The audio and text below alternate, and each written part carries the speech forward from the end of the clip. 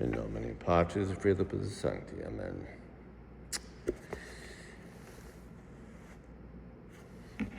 Today is the feast day of the Holy Family. The feast replaces the first Sunday after Epiphany. That Mass gets commemorated, and then next Sunday we celebrate the second Sunday after Epiphany, and we will continue then in the Epiphany season up until Septuagesima. Now, being in the Epiphany season, it is totally appropriate to celebrate the Feast of the Holy Family, because the Holy Family is contingent upon what is celebrated in the Epiphany, which is the Magi, the Gentiles, coming to adore, notice, not just the child, but Joseph was brought into the picture with the child in the mother's arms, and therefore, actually, it was an adoration of the Holy Family. You can't have a child without a family. And that is the relevance, so to speak, of having the Feast of the Holy Family within the Epiphany season, because the Incarnation, which is celebrated specifically at Christmas, or the birth of God, celebrated at Christmas, is celebrated as a family, beginning with the Epiphany, and then explicitly in this feast of the Holy Family. So the Incarnation says, God made man, God is present as Emmanuel. That's his name, our Lord's name, Emmanuel. God is with us. God is present to us. And he's present to us through a human being, namely our Lord's human nature.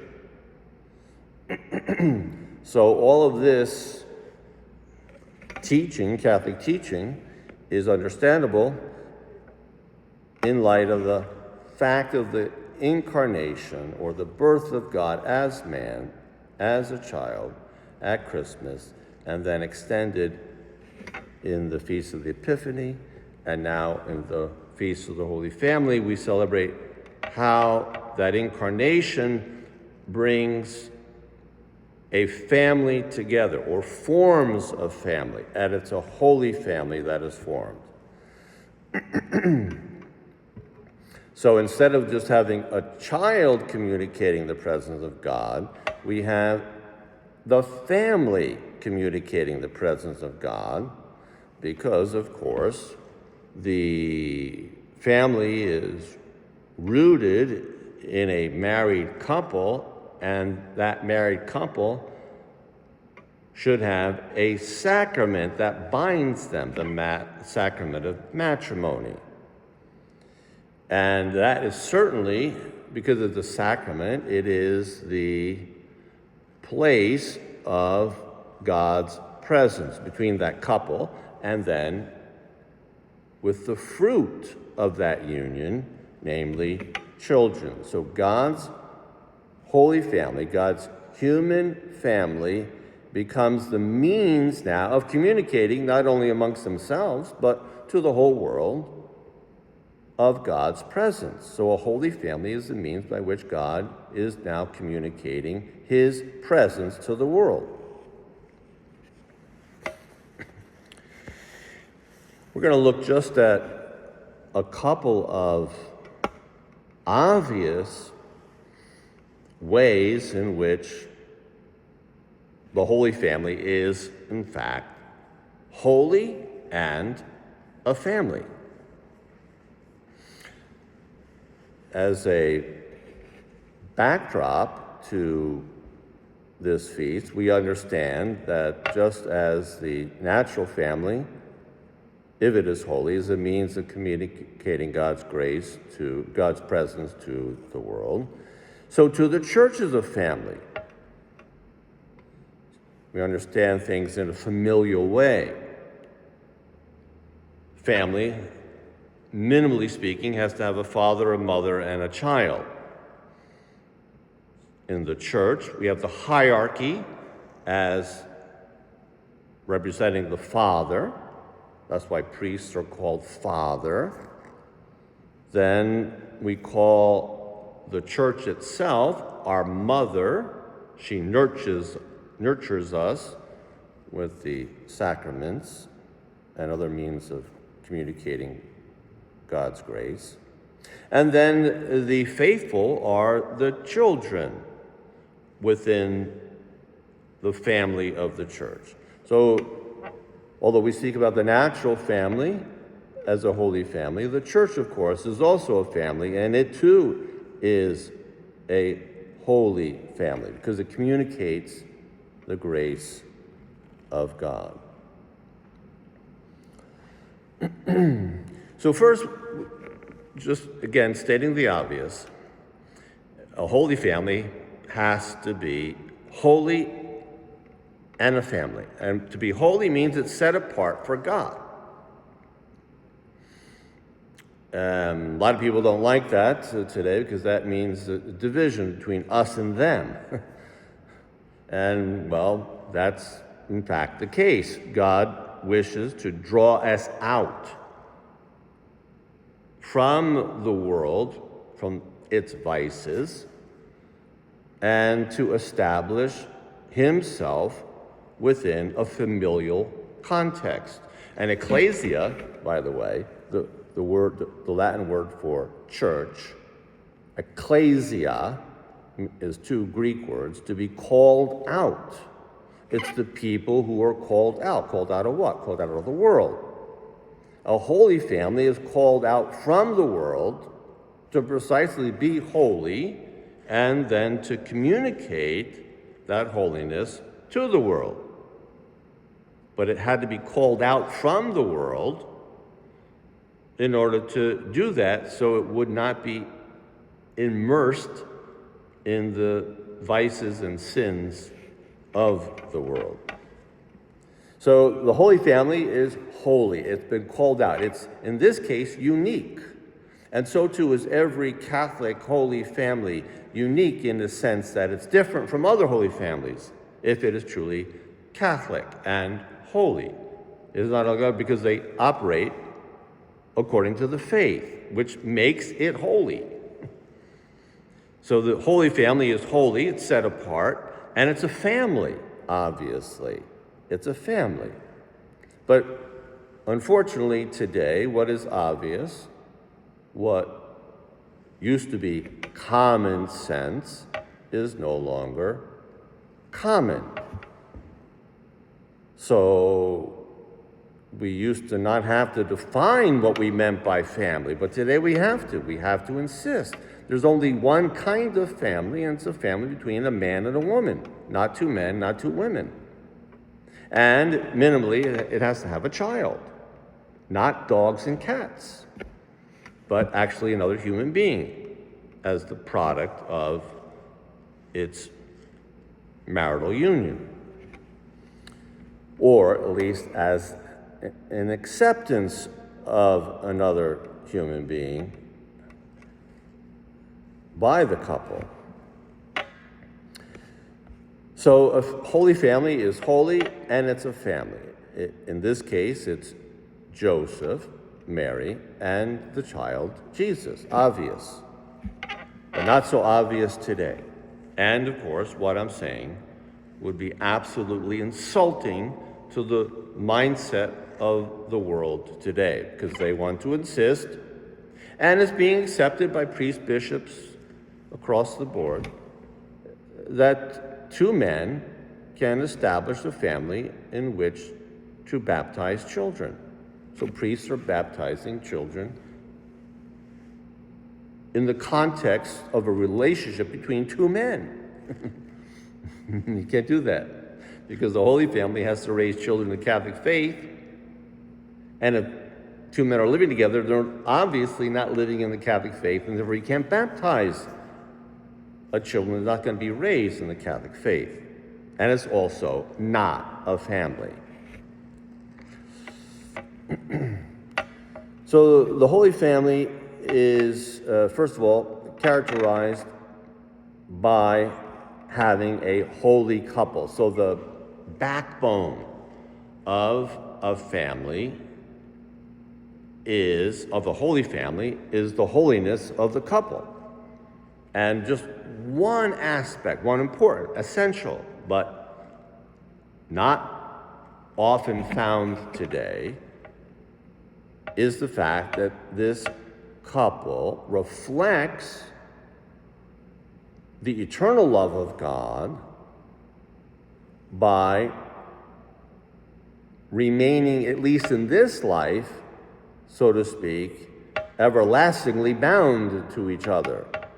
So the holy couple of the Holy Family manifests the holiness of God in his eternal love and mercy towards his people by remaining themselves united with each other in this life, which is where the natural family comes in presenting the presence of God to the world. And it does that first and foremost by having a holy couple, and the holy couple is, one of the ways that the holy couple is holy is that they remain married.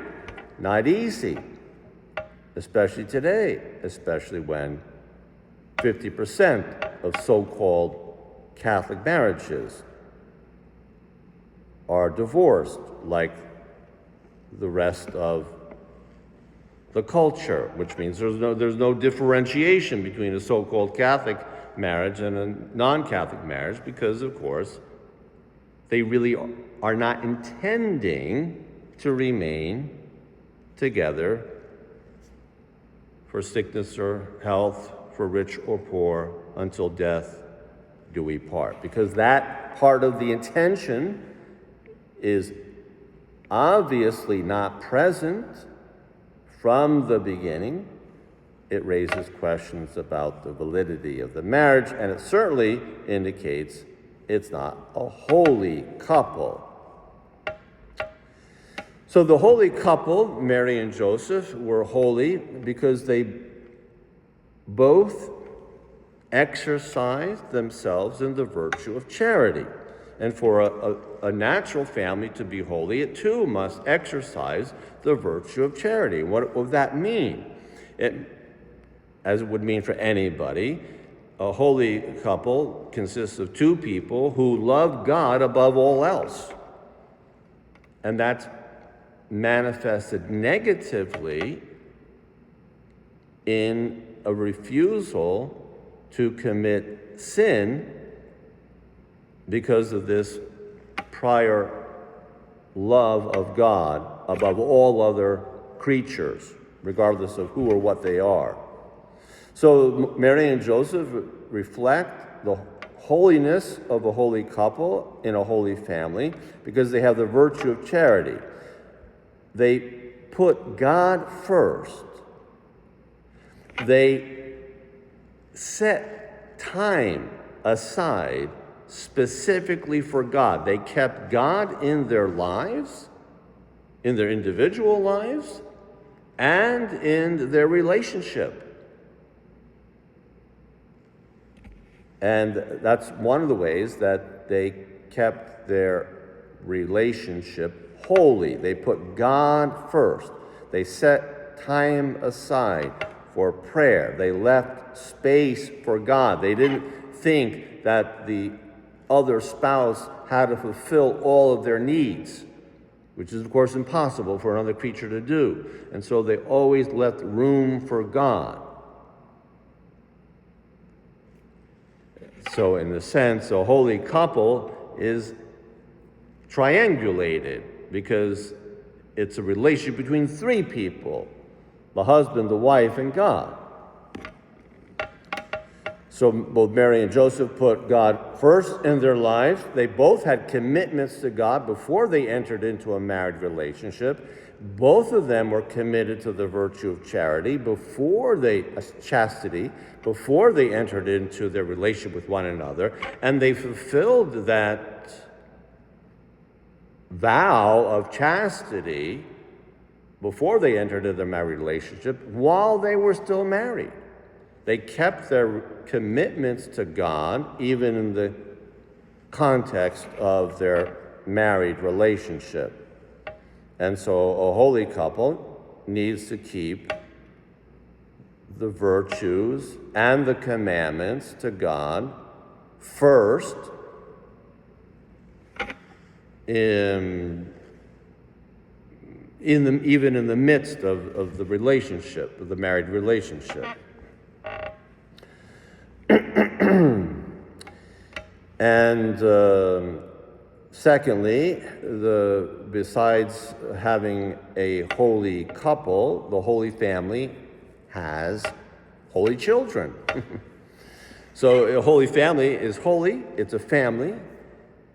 It has as its backbone a holy couple that in which they remain married to each other through life. And lastly, it's a holy family because the children are holy. Of course, Jesus was holy. He's the source of holiness. So it was a holy family. Mary had no sin. Joseph was cleansed of his sin before he was born. And Jesus was the sinless one. Okay, so that's a guaranteed holiness. But in the Catholic family, the children ought to be holy as well. In fact, the mystics will tell us that the parents, some parents would bring their children to Jesus, to Mary and Joseph and Jesus, and they asked Jesus to convince the children of the other families to be obedient and to be holy like he was. That's what the mystics tells us about what happened when Jesus was being raised in Nazareth. But even so, in a Catholic family, the children should be holy. And for that to happen, of course, the parents have to stay together and have to always keep in mind that their purpose, the purpose of their entire marriage, primary purpose, is for the procreation and education of children in the Catholic faith. So not only is a holy family open to life, it meets the requirement to teach the children that come out of the married relationship the Catholic faith, not only by word, but by example, by discipline, by instruction, not only by word, but by action. And so children are taught right and wrong. And one of the first things they're taught is about God and not God. God is God and everything else is not God. God needs to come first and everything else is secondary to God. And that is taught by word and by action. And that's by teaching the children the Catholic faith. That's how the children become holy. And when they're able to actually behave on their own in a Catholic way and to continue to practice and to live out the Catholic faith, even as adults, then we know we were successful in raising a holy and Catholic family. Obviously, in Jesus' case, it was somewhat difficult to accept the particular role that he had. Not everybody has as their job description to be crucified. And so obviously it wasn't just easy to raise Jesus. And especially in our gospel today, he disappears. And that left the parents wondering where he was. And so there were difficulties in raising the child Jesus, and there's difficulties in raising children in a Catholic family. But primarily, it is to ensure that the children are raised truly in a Catholic way. And the proof of that is that they remain Catholic as adults, and they continue to live out adult Catholic lives. And these are just some minimal criteria or signs for a holy family.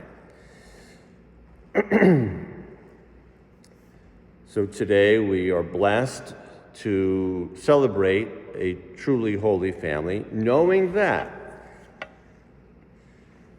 since no one else comes from as perfectly a holy family as the Holy Family, we can all benefit in our devotion to the Holy Family in receiving what we may not have received within our own natural families from the Holy Family. Joseph as our father as he guided and protected Jesus, so he can guide and protect us. Mary as our mother, nurturing her son, nurturing us, her children.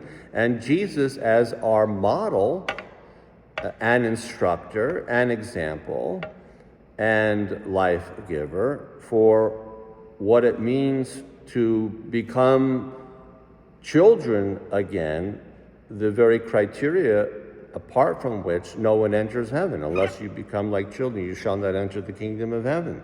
So Jesus helps us to become obedient to God and to our lawful superiors, just like Jesus was. And so he also helps us, besides Mary and Joseph, become holy as we are all called to be. In nomine Patris et Filii et Spiritus Sancti. Amen.